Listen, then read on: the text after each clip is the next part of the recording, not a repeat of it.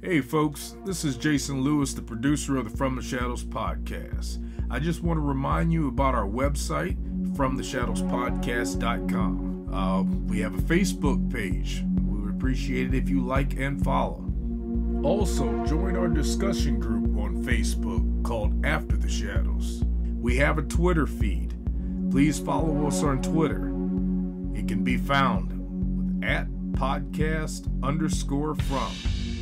Follow us on Instagram at From the Shadows Podcast. We have a YouTube channel. Go to the search bar on YouTube and put From the Shadows Podcast, and please subscribe to that channel. We are also on the Odyssey Radio Network, and we can be found there at odyssey1.com. We're still on the traditional podcatchers that everybody loves to listen to us on. We get a lot of feedback, so please rate the podcast and communicate with whether you're on Spotify, Stitcher, TuneIn, Apple Podcasts, Podbean, or Google Podcasts. We're there, and we appreciate it when you leave comments for us. Well, that's all I have for you right now, folks. And thanks for being a part of the From the Shadows podcast family. So with that being said, let's get this episode started. Ladies and gentlemen, here is your host, Shane Grove. Hey everyone, Shane Grove here, and I want to let you guys know that my book series, From the Shadows, is available on Amazon and Amazon Kindle. There are 3 different books available. There's Volume 1 and Volume 2, Return of the Lizard Man, and then there's a special screenplay edition which includes both Volume 1 and Volume 2 in screenplay format. So if you're a big fan of Bigfoot, lizard men, conspiracy theories, the X-Files, and mysterious men in black, I urge you to go and check out these books. And if you like them, you know what? Please leave me a great review. And if you don't like them, I apologize. So anyway, check them out. And if you really want a autographed copy, message me through From the Shadows Podcast, and I'll see what I can do. Thanks. Enjoy the episode. Hello, everybody, and welcome to the From the Shadows podcast. I'm your host, Shane Grove, and joining me this lovely day in North Central Ohio is the Judge. Hey, good afternoon, everyone. And Jason, the sort of super producer. Greetings, everybody. And, we come, like I said, from North Central Ohio, and so we're super excited to have our guest today, world-renowned. I would say world-renowned. World-renowned? Yes. Yeah, I would say so. World-renowned. How would we describe him? Crypto filmmaker deluxe? Yikes. Yikes. Sounds pretty good to me.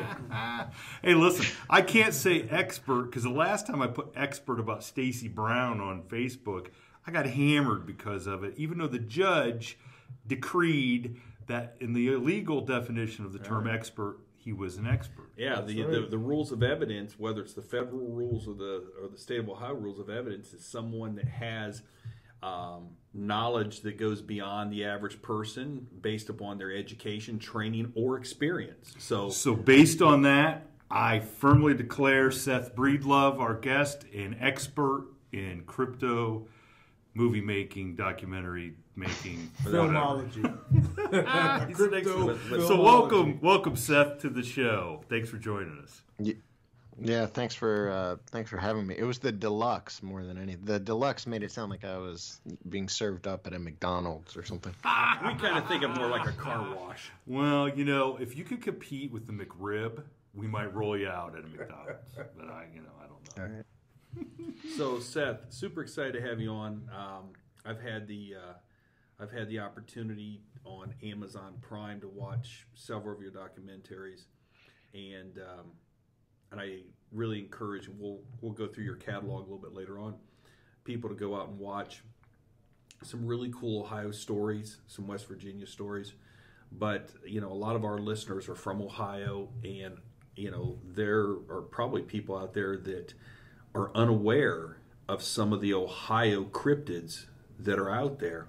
And so you want to share with us today some of the Ohio cryptids that you've looked into, that you've researched, that maybe are, look, I mean, everybody's heard of Sasquatch, but there's some things out there that or how did a young man on the edge of Amish country that grew up on the edge of it get into the whole cryptid thing and want to become a filmmaker?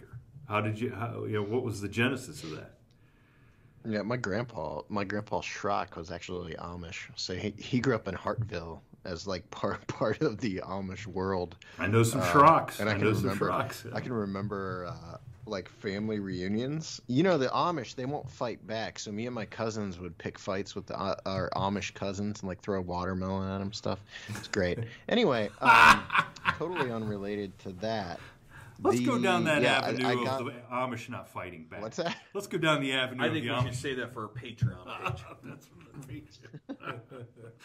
Okay, so you took advantage of the Amish's kindness. Okay, we got that off the list. Yeah, that's it. No, I grew up in Bolivar, Ohio. So maybe like 20-25 minutes from Minerva, which is home of the Minerva monster, which, I mean, in Ohio Bigfoot lore, there really isn't anything more well known, like a regionalized monster case, than probably than the Minerva monster.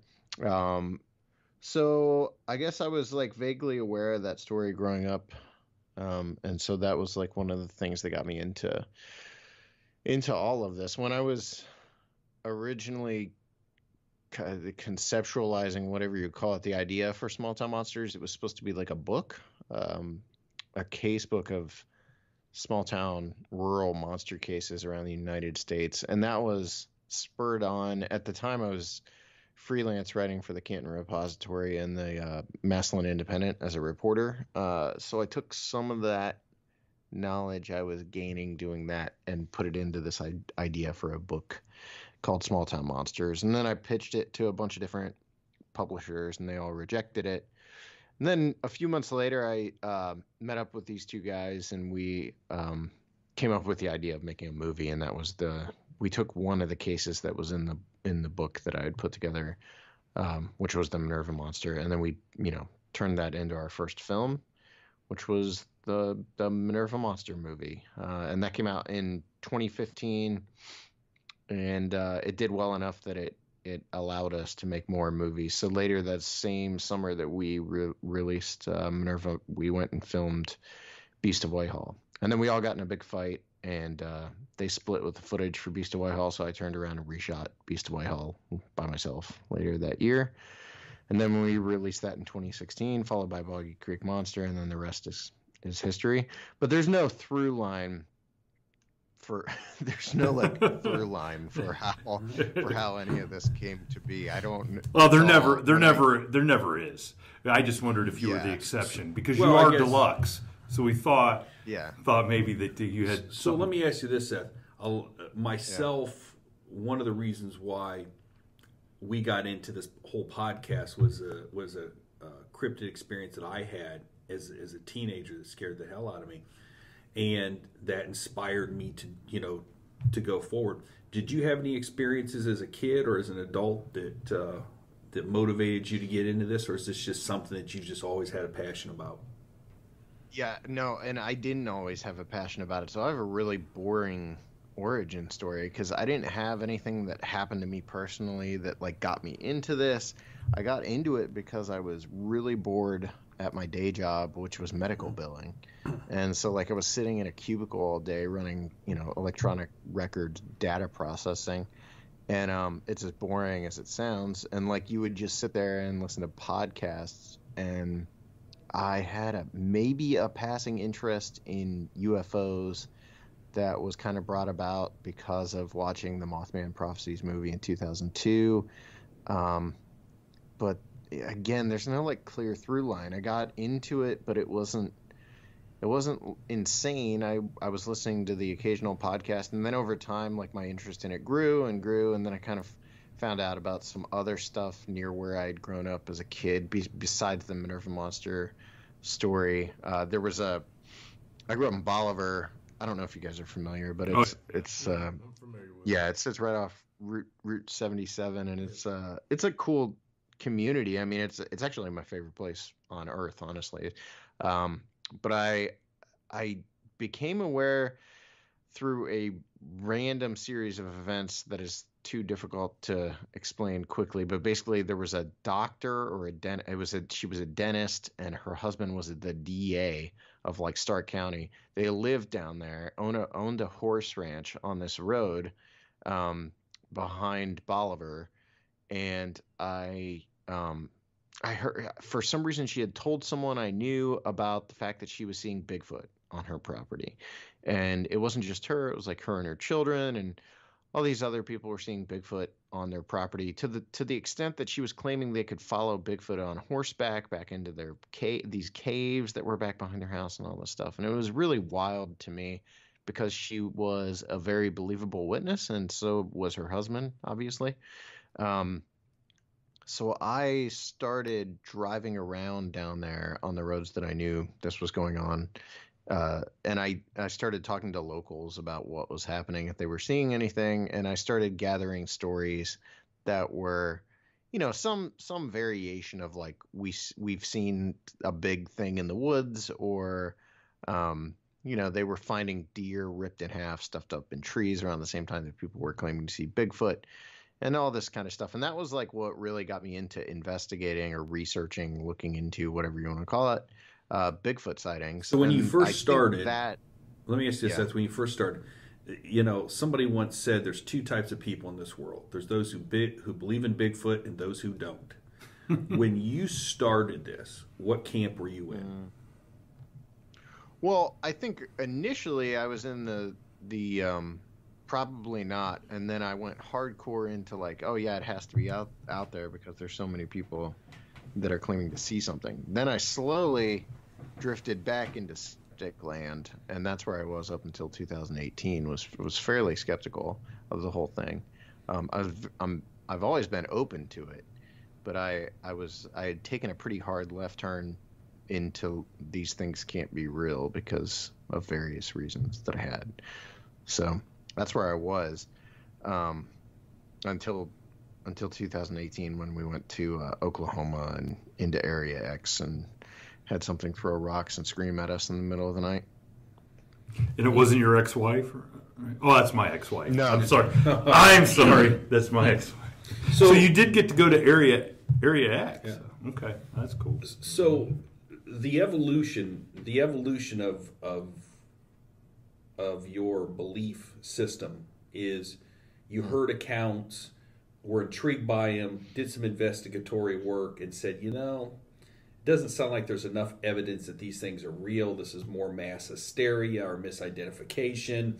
And so you went towards I'm really not a believer. And then you had your own personal experience, and then that's what sold you that these things are real.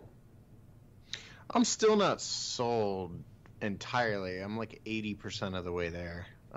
Whereas I was probably at like 20% of the way there when something, before anything had happened to me. That's just my nature, I think. Like your rational brain sort of overrides your desire for these things to be real. Well, and to point something out for our viewers, one of the things I really liked about your early documentaries were that you took the material as if you were investigating the material, and you were not slanted one way or the other. And your very first, the Minerva Monster, when I remember watching that, and I remember telling somebody, I said, I really like that because it was a very straightforward, this is what people are reporting. It was none of this slanted one way or the other. And I really found that good filmmaking.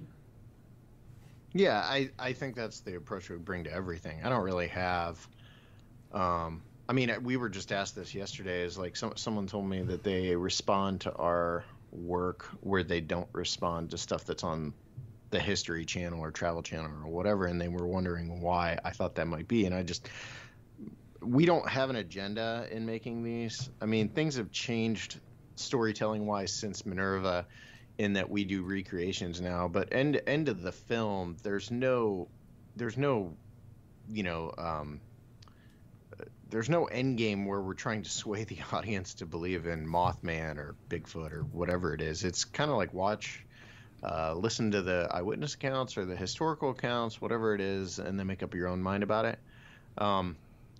Because I don't think, like most people that are into this stuff, I don't think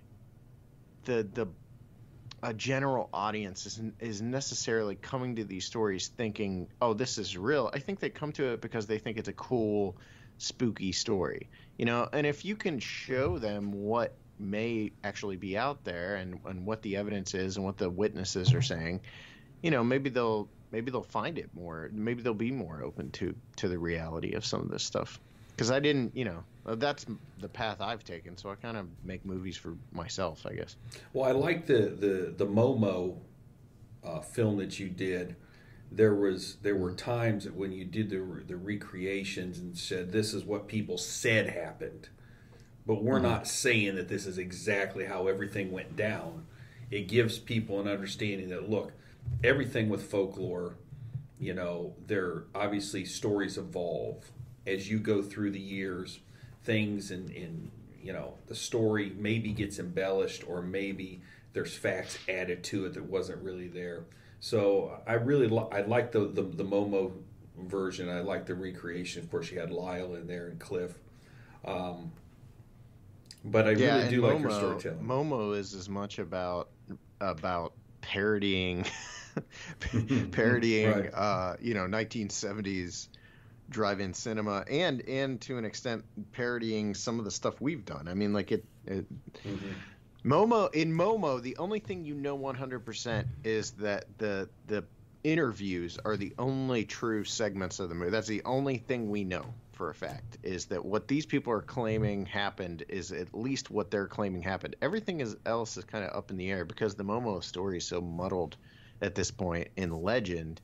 It's hard to tell fact from fiction, and most of these older regional monster cases, that is the case. Like, you can't, it is very difficult to delve into what is fact and what's fiction, like leaving out the idea that we don't know if Bigfoot's real. The Minerva case is special because we have documentation. All the key players, with a few exceptions, are still alive, and you can talk to those people and really get into the ins and outs of that case. But most of the cases we've covered since Minerva, the people either aren't willing to talk or there isn't any documentation. Minerva's special, man. You have police reports and all that kind of stuff. Well, I heard in the first, I really heard an in-depth tale about the Minerva monster was Ohio Mysteries podcast, and I did not realize how big a national or worldwide story that was at the time. And was like 1978 or something, and the people just came from all over. And news trucks showed up. People brought in news trucks. Now that you've had your own experience and you're leaning, 80%. When you go back and look at the Minerva stuff, does that cement it for you that probably something happened? Oh yeah, I mean, even there's no way you can just write off the Minerva case. There's always the possibility that the Catons were hoaxed, but you would have to be a maniac to go up behind their house in a Bigfoot costume and expect to not get shot, because at that point, by the time the incident happened that kind of cast the Minerva story into the public consciousness, that incident involved Bigfoot, basically, or Minerva monster, whatever you want to call it, coming down off the hill and walking directly up to the house, to the point where it walked up, put its hand on the house, and leaned up to the window while a large group of people were in the house watching it do this. This was wow. And this was after it had or something had killed their dog by basically wringing its neck, a German Shepherd. And so if that's a hoax, that's first of all, it's like a professional wrestler in that Bigfoot costume, and second of all, you'd have to have a death wish because they're all armed. I mean, heck, the mom, Mrs. Caton, pointed a gun at the thing through the window. So yeah, I've always felt that there's something to that Minerva case, and when you really get into the lay of the land there, the geography, and there's so much forest stretching all the way into Pennsylvania behind the Caton's house.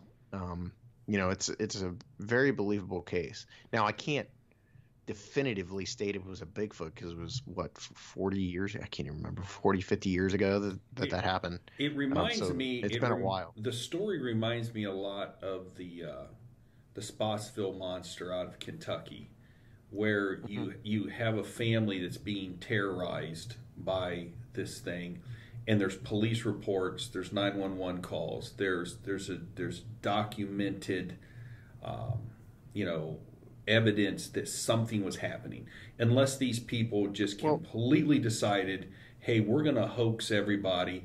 And back then, there was no internet. There was really no way to have any type of pecuniary interest in coming up with a hoax. Unless your goal was to be the centerfold in the Weekly World News. Yeah.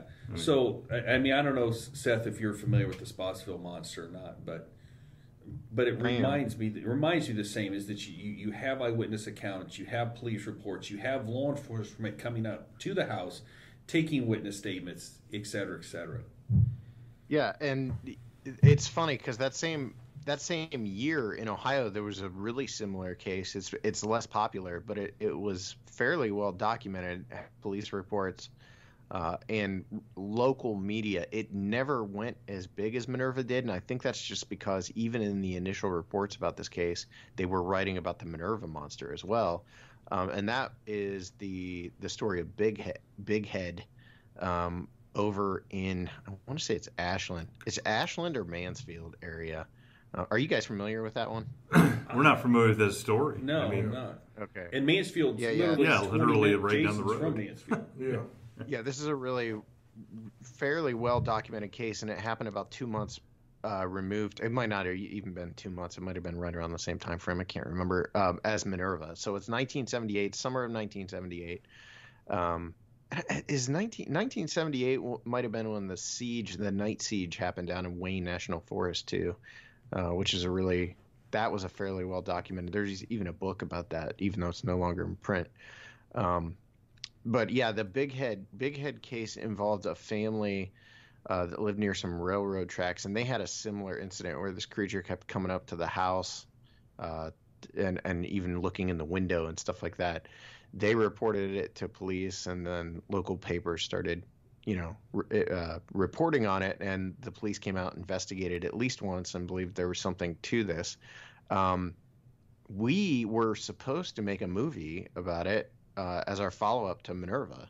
We were going to do a movie set in Ohio that was like an anthology with 3 different cases, and it was going to be Old Orange Eyes, Big Head, and then the Charles Mill Lake Monster, which I don't. If you guys are 20 minutes from Mansfield, yeah, we're familiar with that one. Charles Mill Lake. Yep. Okay, yeah. So yeah, Big Head. It's a super cool story. Unfortunately, the dad passed away. The son, who was kind of the primary player in the whole thing, was in a car wreck not too long ago and is severely mentally handicapped, can no longer talk. Oh my gosh.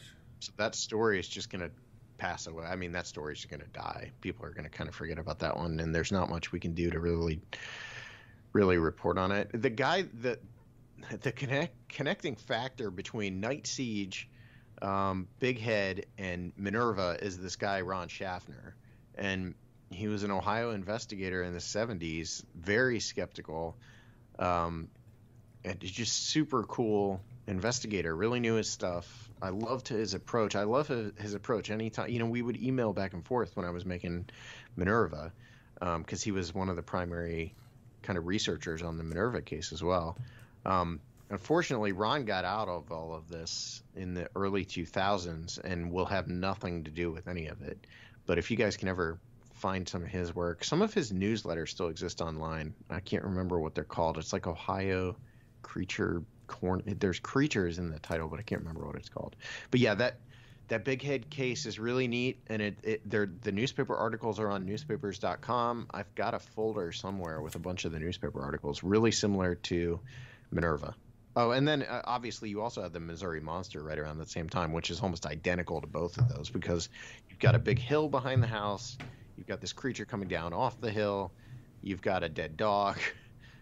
There's a lot of connecting factors. That and what was it about 1978? Were these, were they? Was it disco? Was it Star Wars? Was it, what was?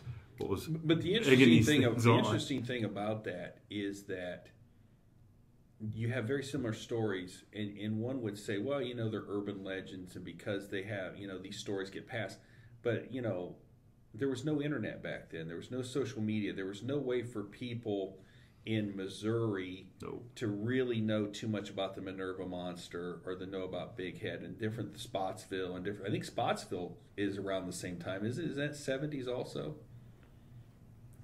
I'm not positive on Spotsville. I'm familiar with that case, but it's not. I don't have knowledge, like a lot of knowledge of it. I watched a documentary on it, and the guy who lived it as a kid is an adult, and he's been on Monsters and Mysteries and did a documentary on stuff. But the interesting thing, going back to one of your films about Momo, I got this feeling that, and correct me if I'm wrong on this, I got this feeling it was a homage to the old Legend of Boggy Creek movie, which is super cheesy but intriguing, and one of those great films to go to the drive-in theater and watch. It's a homage to Legend of Boggy Creek. There's lines directly from Legend of Boggy Creek in the movie.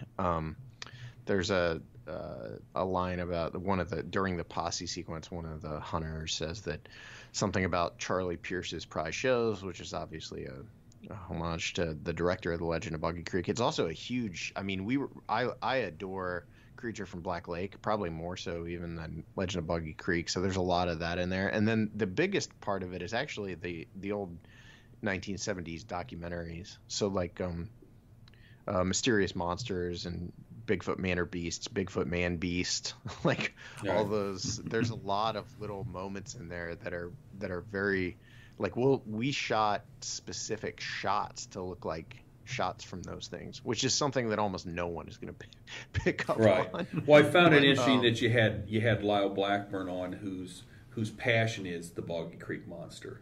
So that sure, yeah, for sure. It was. Yeah, it's very much a love letter to all that stuff. And I didn't grow up with that stuff, but I kind of came to love it later. Mark, who co-wrote it with me, and Jason Udis, Mark Matsky, he grew up with that stuff. So I think a lot of those little nods are probably coming from him more so than Jason or I. It's good film work. And for those of you, I watched it when it was still, you paid... I don't know what I paid to watch, but I think now a lot of your stuff is your catalog is free on Amazon Prime. It was until Amazon mysteriously restricted 5 of my titles a couple of weeks ago. So now 5 of them are only available if you pay to purchase or run it. But yeah, you got, I guess, keep in mind we've made 15 different titles, 14 different titles, 15, I think, once Bell Witch comes out is 15. So 5 of, there's still 10 things floating around out there that are probably free or close to it. Now, so let's kind of get into the new one that you have coming out, the Mothman Legacy. So this is your second Mothman movie that you've done?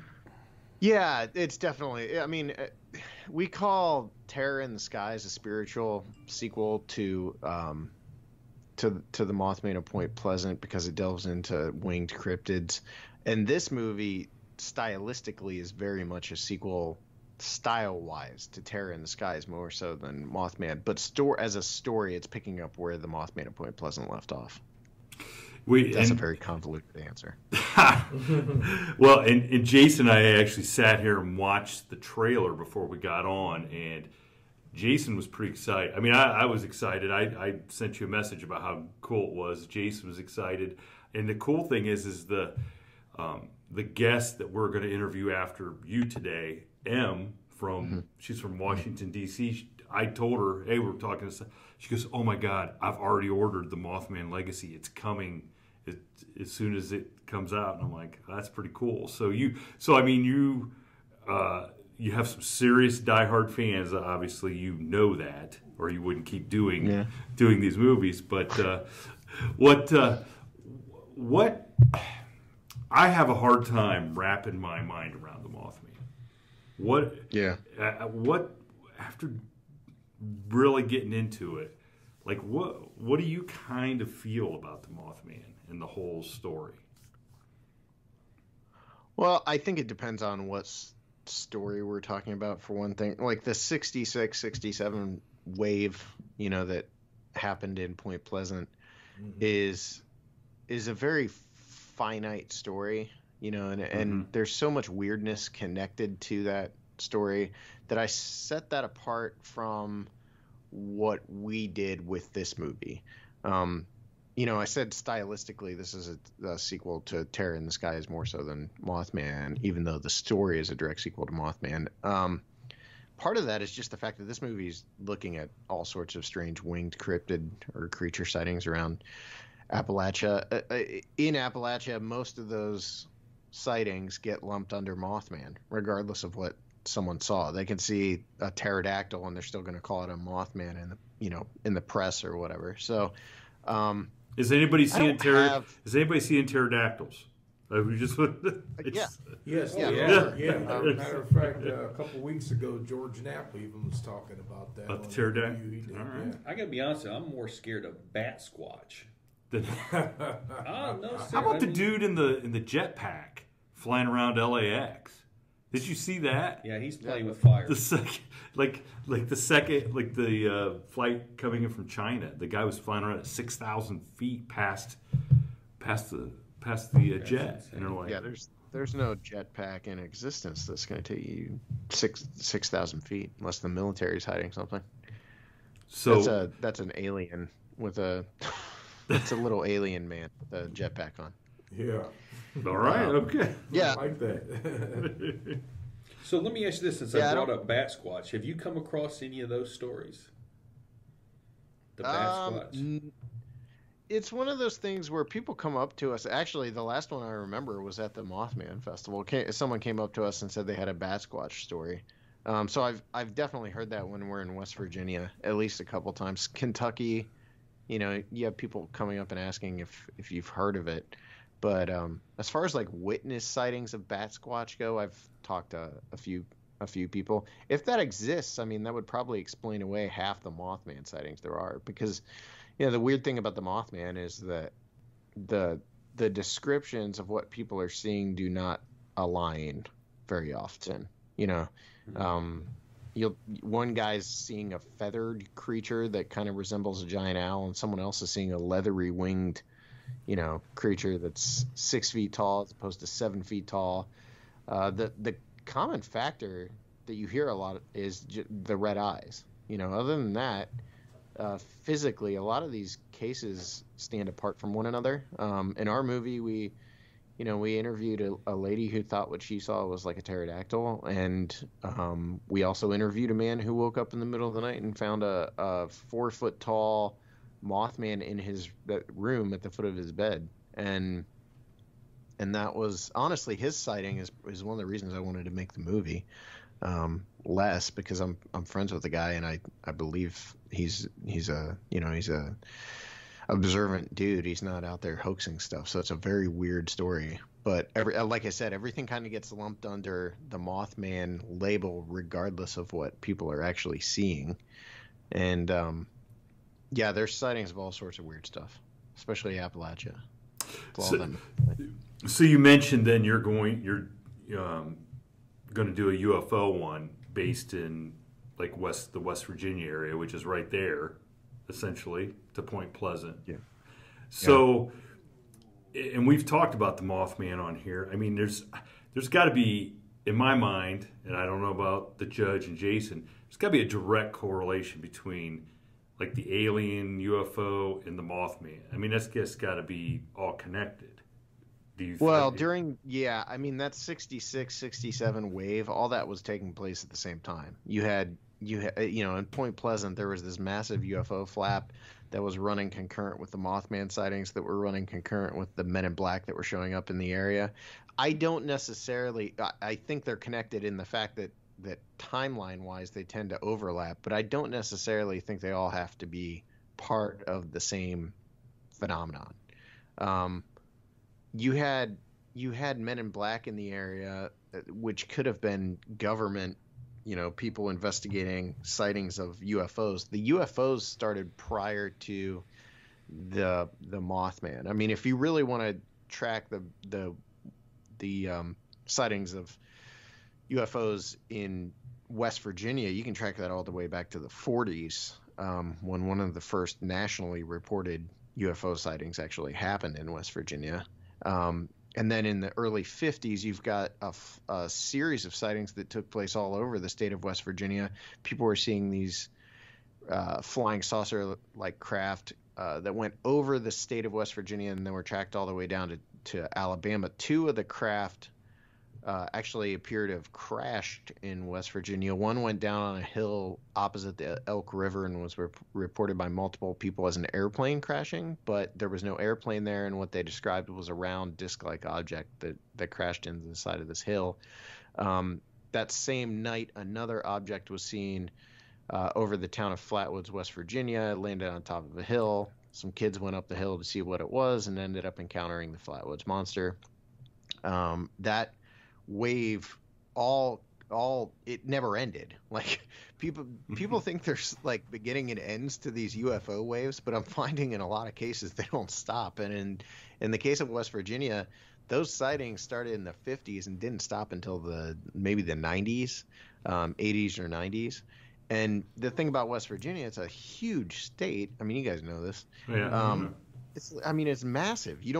I grew up next to West Virginia. We as a kid, we listened to or watched the Wheeling, West Virginia TV stations. Like if we wanted to watch TV, we watched Wheeling. And my idea of West Virginia, even traveling through it a lot as a kid, was that it was a state. I didn't realize how big it was until we've really started traveling there. I mean, it takes hours to travel from one end of the state to the other if you have to do it. And some of those areas are so remote and rural, and people back in those areas could experience something for generations and never tell a soul about it. And that's seemingly what's happened, because while we were making, the Flatwoods Monster movie, we actually discovered that there were a number of sightings by local farmers and just hill folk, people living in the hills back there, seeing things for decades. And not just like strange lights in the sky, like craft landing behind their barn and stuff like that. And they never told a soul about it. And this goes on from the 50s all the way up into the 80s and 90s. So what is it when about? You're talking about I'm sorry. So what is it about West Virginia that is a magnet for UFOlogy? Well, I think it's just that it's so remote. The reason we're calling the West Virginia based project, the UFO project, is called On the Trail of UFOs Dark Sky, and the reason is there's more dark sky parks in West Virginia than there is anywhere else on the East Coast. It's as close as you're going to get to the skies you can find out in the Southwest deserts as you'll find on the East Coast. Think about West Virginia. The biggest city I can think of is probably Charleston, and that's not a very big city. No. It's about like Canton, probably, isn't it? Yeah, there's not a lot of light pollution out there. No, there's almost none in certain parts of that state. And you can drive up there's a park called Calhoun County Park that's not far from Flatwoods, and that's like a completely under the radar sky watching park.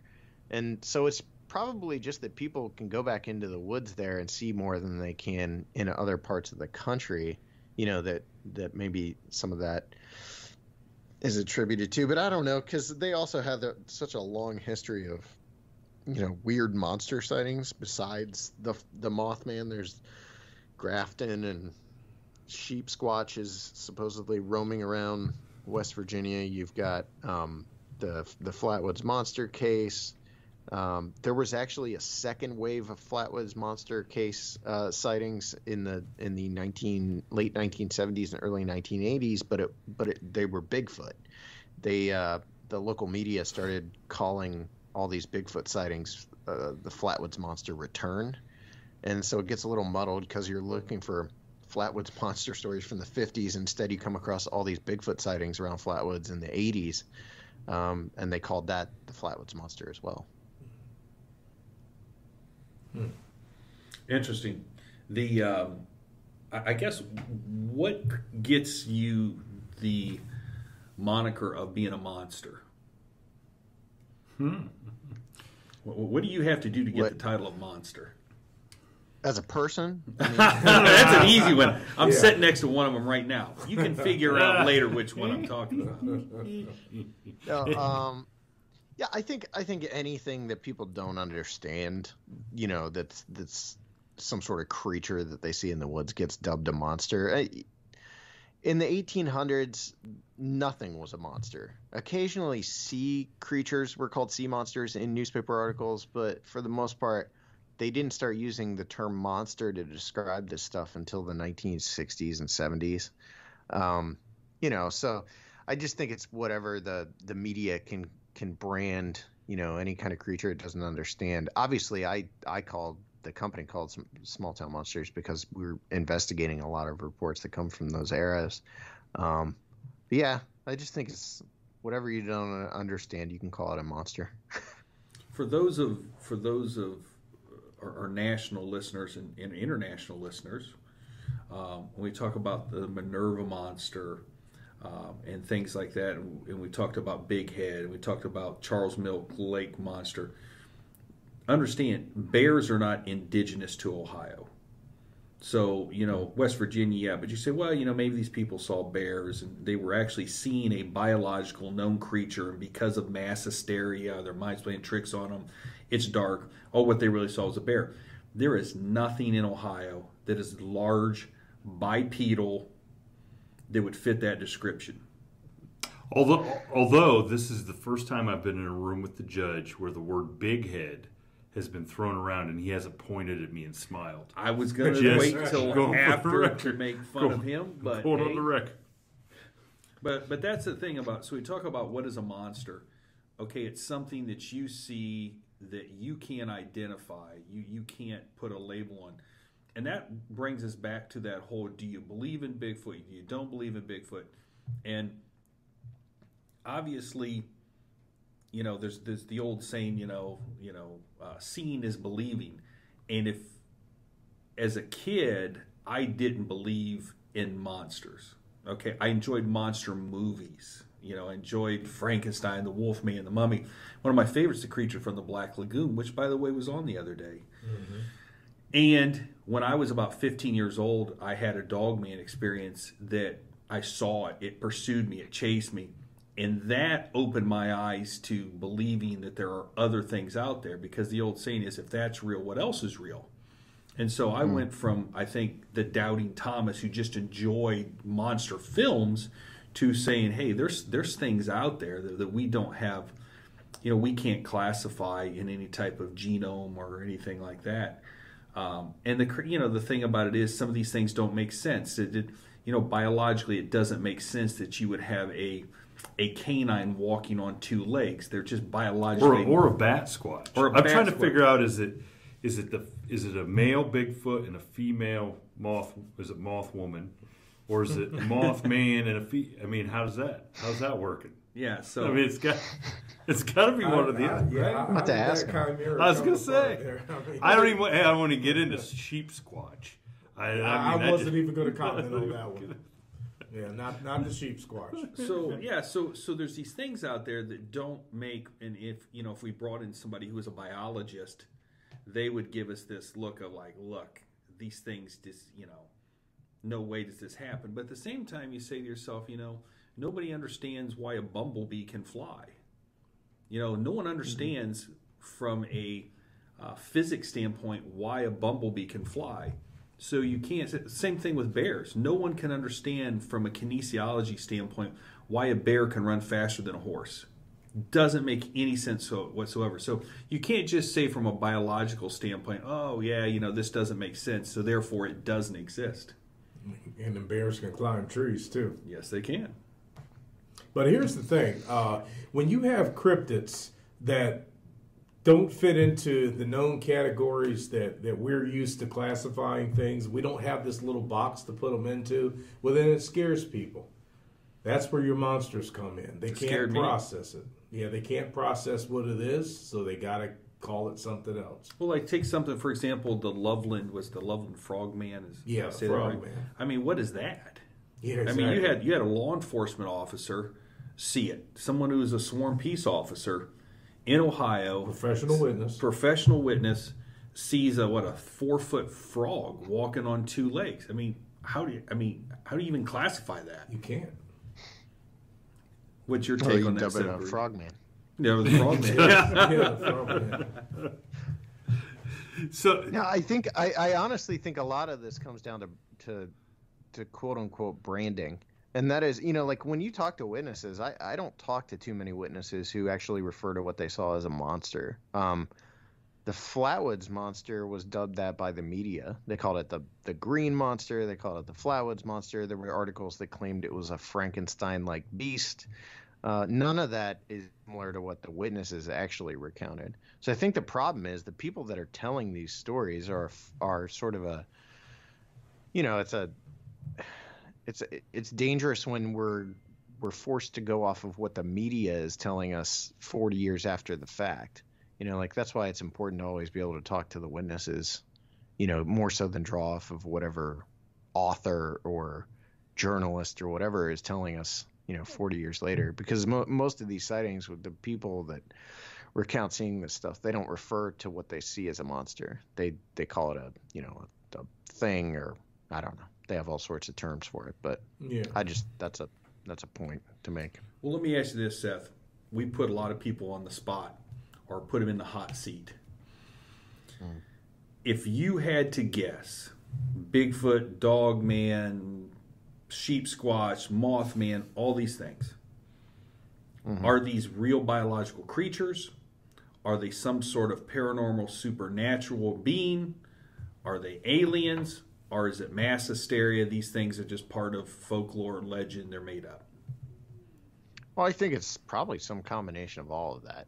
So that's the issue that I run into is I don't think you can neatly tie all this together. Nothing. Like honestly, any individual topic you can't probably tie together in a neat way. Even Bigfoot. I think it's a little bit of all of that because we have we know there's folklore that does exist about a lot of this stuff that existed before sightings started happening in America. So it could be some sort of cultural artifact of our, whatever our upbringing is or heritage, cultural heritage is, and there's an element of that in the Mothman. So I don't know. I don't have a way to answer that in a neat way. I think it's a little bit of all of it. Some of these things I think are so insane when you hear about it. There's no way they could possibly exist.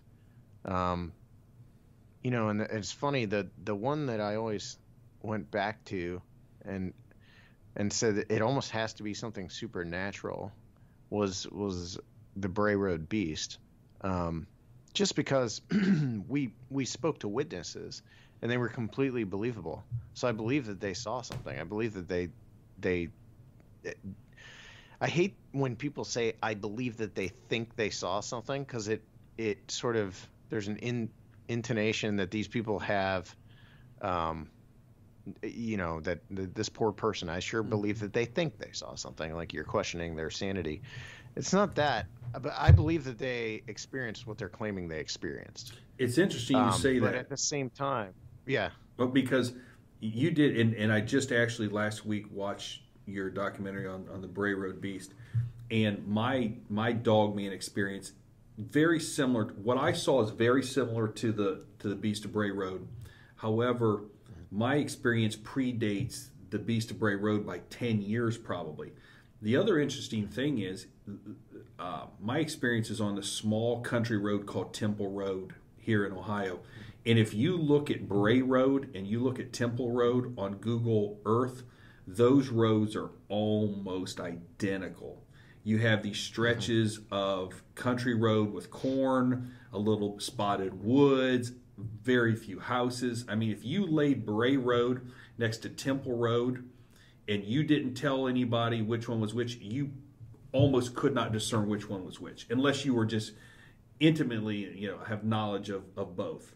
So it's interesting that my experience, I saw almost identical to what the Beast of Bray Road was 10 years before the Beast of Bray Road.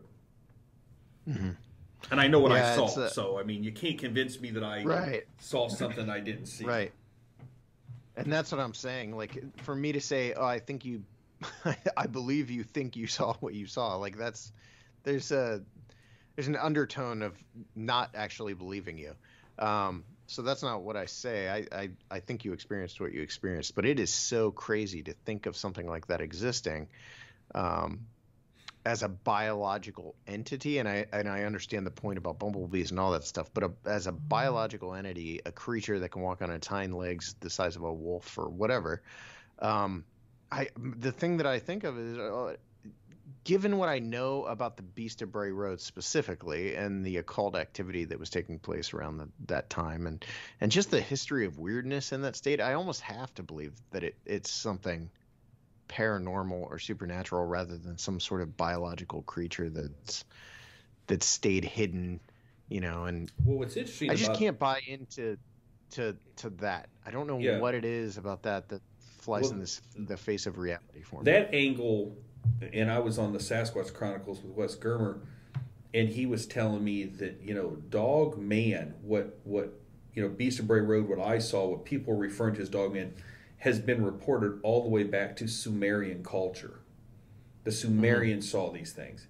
The Egyptians borrowed that idea and came up with Anubis. So if you're saying this has got to be some sort of supernatural creature, makes sense. That because from a biological standpoint, a canine, walking on its hind legs, running on its hind legs doesn't make a lot of sense. Now there are dogs that get injured and they'll walk on. They can do that. That's possible.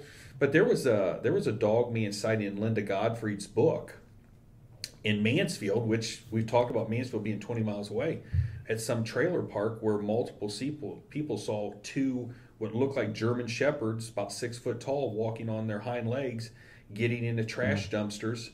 And then when people came out and spotted them, they took off running on 2 legs, bipedal, which just blows me away that it doesn't make sense.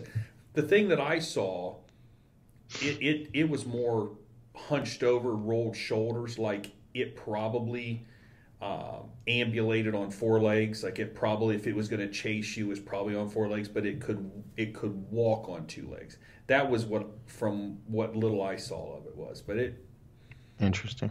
From a supernatural. How tall was that thing?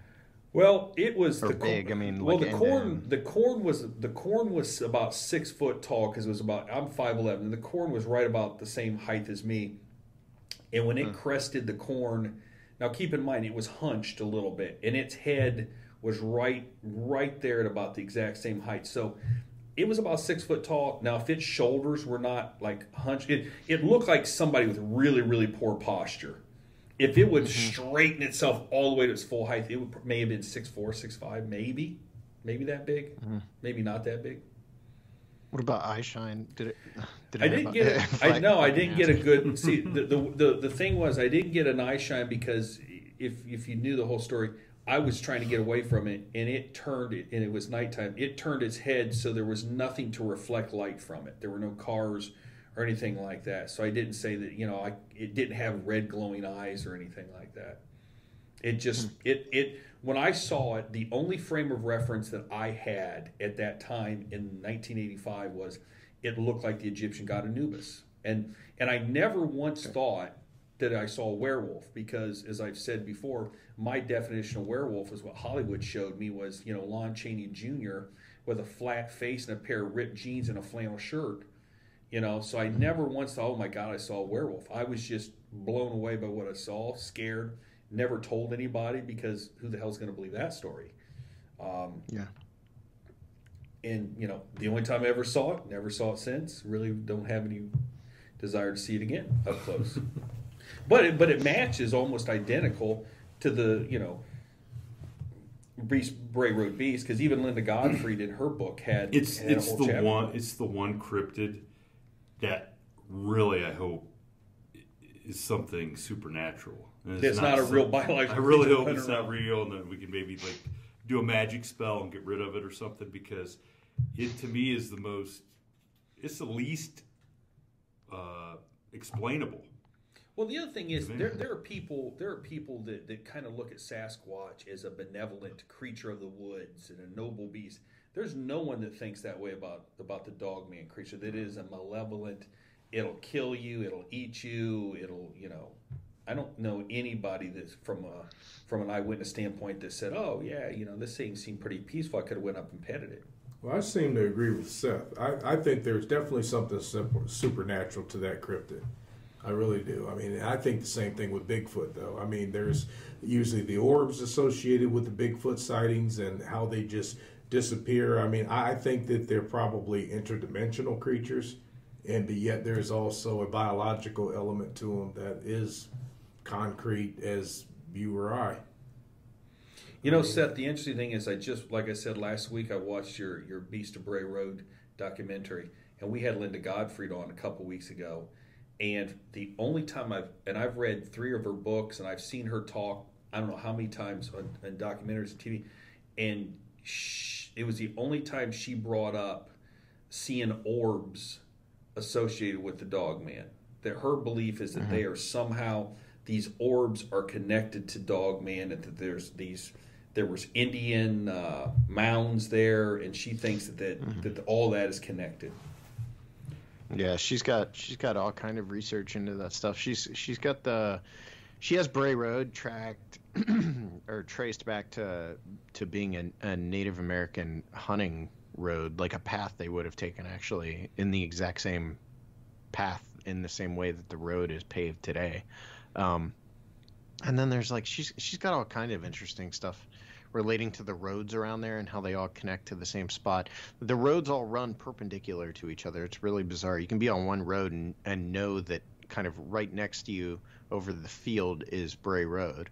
A lot of that orb stuff too, I think, was probably cemented for her because of Lee's farm or Lee's ranch, right? Which is on the other side of Bray Road, and all the strange activity there that's happened, including orb sightings, UFO sightings, Dogman, all kind of weird. I mean, that's a lot of bizarre stuff to happen in one little tiny geographical location. Oh, just like Skinwalker Ranch. So Seth, I want to ask you a little bit about your experience on Area X. Mm-hmm. Do you want to tell our listeners a little bit about what happened to you out there and give them some background? Yeah, so this is well documented in episode 5 of On the Trail of Bigfoot, or if you watch On the Trail of Bigfoot: The Search, it's in that one. We're going to do an even deeper dive into this because we have hours of footage. I was filming almost the entire time I was in there, and we haven't released most of that footage. We're going to release a bunch of that when we do the Small Town Monster Squad on November 1st. But yeah, so basically we were invited into Area X in, I want to say it was June of 2018. I've been a member of the North American Wood Ape Conservancy for like 4 years now. But this was the first time where they were actually willing to let me come in and film it. So I went into Area X for just 3 days. Or 2 full days, honestly. It wasn't even it was just over 48 hours that we were going to be in there. And we were invited in, and for those that don't know, the Area X is a fairly large section of forest that sits in the Ouachita Mountains. The North American Wood Ape Conservancy, they go in there every year for basically like 7-8 months in a row. They're in there in shifts of 5 5 guys are in there at a time, probably 4 or 5 guys, and they're in there for large chunks of the year. And they've recorded activity in there for probably a couple decades now that kind of defies explanation and flies in the face of what we normally consider Bigfoot evidence. They've kind of experienced everything there is to experience in there. And so we went in there. We got in there in the afternoon, or maybe not afternoon. It was probably about noon when we got in there. And one of the guys, Daryl Collier, he actually goes out in the woods and kind of posts up and waits for Bigfoot. They're trying to take a type specimen so they can prove they exist, which means that they're in there to either kill or collect a dead Bigfoot is why they're there. So Daryl was out in the woods, and we were only in there for about 2 hours when Daryl started radioing in that he was scoping in a Bigfoot on his rifle. He did not end up getting a clear shot at the thing, so we never shot it. But over the course of the next 2 days, we experienced almost constant activity of one sort or another. Most of it was audible, hearing screams in the distance, wood knocks, all that kind of stuff that I've never experienced before or since, and just constant activity. And on the last night, we were preparing to leave the next morning, so we had actually gone to bed. It was about 2 a.m. I was asleep in my tent, and we heard I was just falling asleep when this happened. We heard a very large rock smash into the roof of this, what they call the hooch, which is like a metal outbuilding. This rock smashed into the roof, and then it was followed pretty much immediately by a really loud whoop that sounded like an Apache Indian in a John Wayne movie, is what I always say. And it was followed by about 15 seconds of gibbon-type laughter that echoed all across the valley. And then that was it. That was like the incident. But that one thing was enough to move me pretty far on the scale of quote-unquote belief. And there were other things that happened. I mean, we captured some really interesting footage of what appears to be eye shine in the woods. There's all sorts of interesting things that we experienced over those couple days, but that whoop and the laughter is the thing that really keeps me coming back. And for those that would say, oh, it's people or owls, it wasn't owls. We heard owls. We were actually listening to owls earlier in the night. And as far as the people goes, everyone in our group's armed, so you'd be hoaxing a fairly small group. We knew where everyone was when this was going on. You'd be hoaxing a very small group of heavily armed people, and you would be doing it in a place where anything out in the woods with you wants to kill you. You would also be doing it 2.5 hours from any paved road down a mountain road that you have to have a pretty jacked up pickup truck to get down. So yeah, the people thing doesn't align with what we experienced either. Yeah, with a group of whose sole intention is to shoot and kill to one. shoot and capture or kill. And I mean, it's just like, yeah. I mean, I've heard a lot about that project and what they're trying to do, and it's like there's some fascinating stories from those guys. From a semantic standpoint, referring to them as wood apes, do you think one of the reasons why, in my opinion, that a large segment of the population doesn't believe in Bigfoot is because the name itself, it's just too campy. Mm-hmm. But calling something a wood ape gives it a lot more legitimacy. Yeah, I think it opens it up to scientists to look into. But at the same time, I think that they call it a wood ape because Bigfoot is it's silly, but a wood ape is speaking directly to what people typically recount, encountering in the woods. I'm in the camp that if these things exist, they're some sort of undiscovered ape, and that is what I think. Given the evidence that we have, the behavioral characteristics that have been recounted regarding these things for centuries, it doesn't seem to be an alien or some sort of paranormal activity. To me, it seems to be a very flesh and blood creature that acts in a very specific way and has, all the way back to the earliest recorded sightings of them in America, which date back to the 1500s. Well, and you talking about that, like that Gibbon type laughter echoing through the woods. After hearing the Ron Moorhead Sierra Sound stuff, that would just be total, like that's out of a horror movie. Like standing there and hearing that echo, that sinister like little laugh, and to think that they, what are they communicating to each other with that laugh? Because it's pretty obvious that they have. Honestly, it wasn't scary though. Like, I mean, well, you go to a gibbon enclosure at a zoo and you're going to hear him doing that laugh. That's how I knew. Oh, it's annoying as heck down at the Columbus Zoo. Oh, it's annoying. You're telling me out in the middle of nowhere, knowing that's echoing. I'd be scared.